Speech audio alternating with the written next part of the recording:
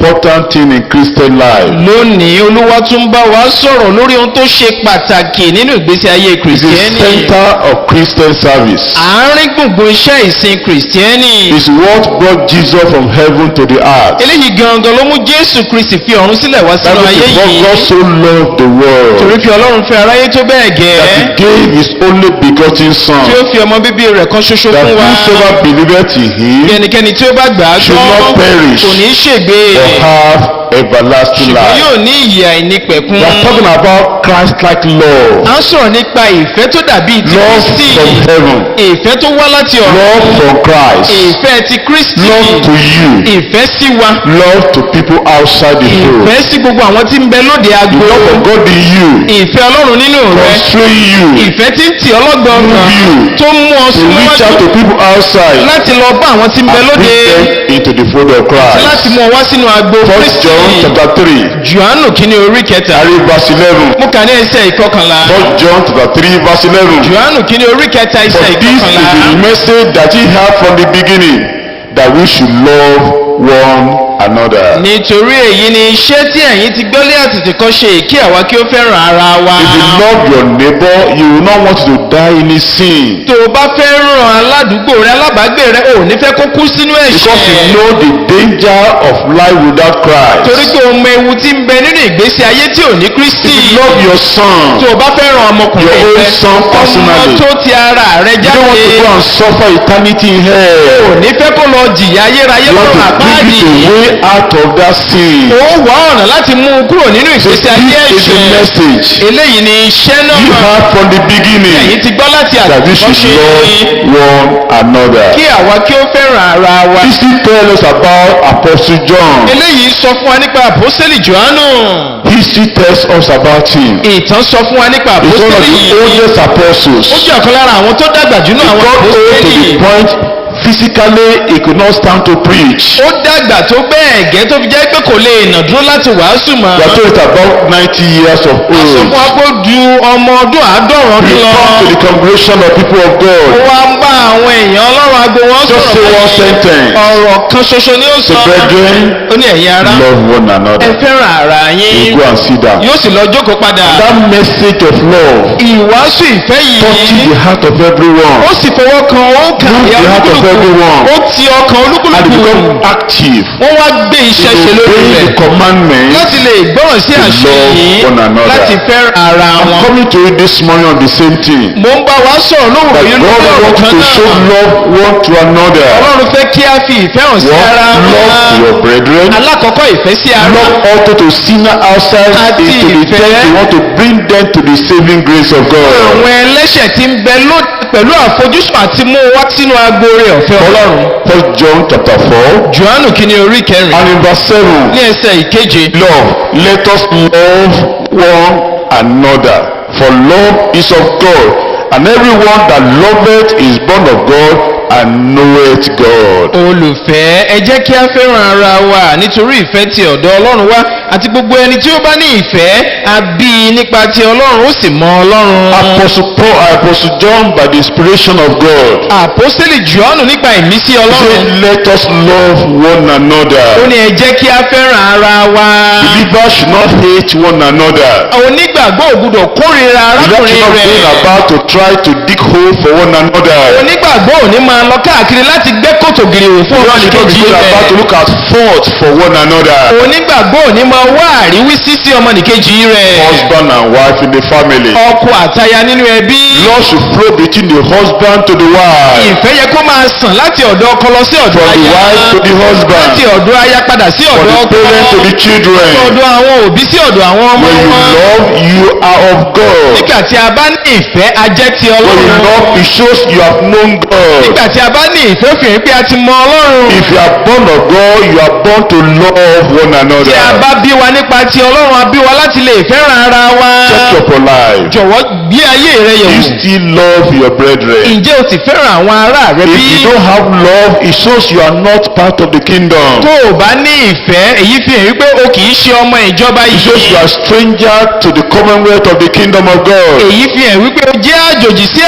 àwọn ọlọ́tà àjẹ́ àjùmọ̀jó It pípa shows àwọn ọmọ you have not Ọlọ́run. known him experientially. Eléyìí túmọ̀ sí pé ò tí ì mọ Ọlọ́run nípa ìrírí For so rẹ. love is of God. Torí wípé ìfẹ́ wá láti ọ̀dọ̀ Ọlọ́run. He so loved the world, he gave his only begotten son to die for the Ó world. fẹ́ràn aráyé tó bẹ́ẹ̀ gẹ́ tó fi ọmọ bíbí rẹ̀ kan ṣoṣo láti kú fún wa.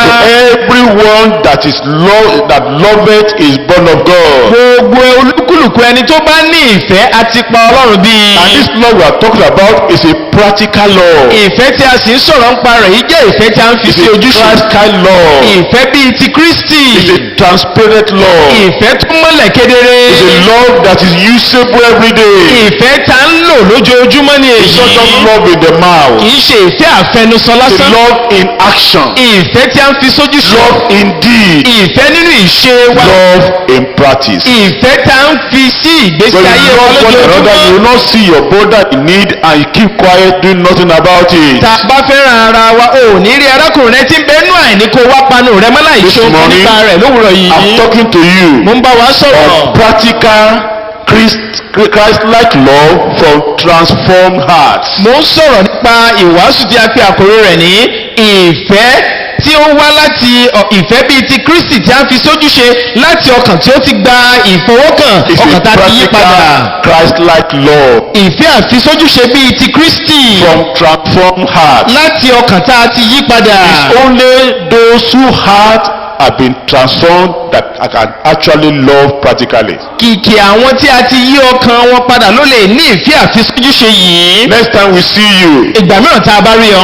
you show your partiality, tó wá fi ìwà kò kàn mí tó fi your hàn. unconcerned attitude Ìwà kò kàn mí tó fi sójúṣe. to loving one another. Sí níní ìfẹ́ sí ara wa. You are telling us you are not born of God. Ó ń sọ fún wa wípé a ò tí ì pa You Ọlọ́run are bí telling ọ us you are ní. not been transformed in your Ó heart. ń sọ fún wa wípé ìyípadà ò tí ì ṣẹlẹ̀ nínú ọkàn àyà When rẹ. Paul the apostle Nígbà tí Paul apostoli went from city to city tó ń lọ láti ìlú dé ìlú to bring the believers into bondage, láti lè mú àwọn onígbàgbọ́ wá sínú ìdè. because there is no love of God in his Torí heart. pé kò sí ìfẹ́ Ọlọ́run nínú ọkàn rẹ̀ ní. But immediately he got Wọ́n converted. kété tó ní ìyípadà.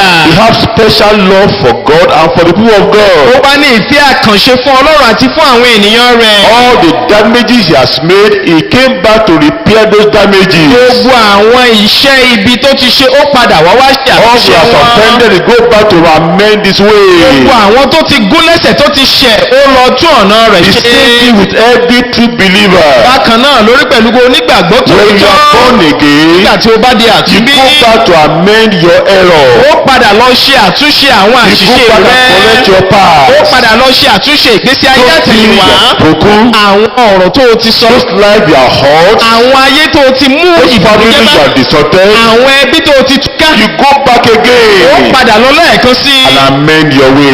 lọ tún ọ̀nà rẹ̀ tó. There are many kind of love in the world today. Onírúurú ìfẹ́ ní ń bẹ nínú ayé lónìí. In the Greek, Ní èdè we Gíríkì, have what we call eros. a ní ohun tá ń pè ní ẹ́rọ́sì. This is what we call erotic love. Eléyìí ni ìfẹ́ erotic. Bó ṣe Love pé of the flesh. ìfẹ́ ti ara. Carnal love. Ìfẹ́ ti ara.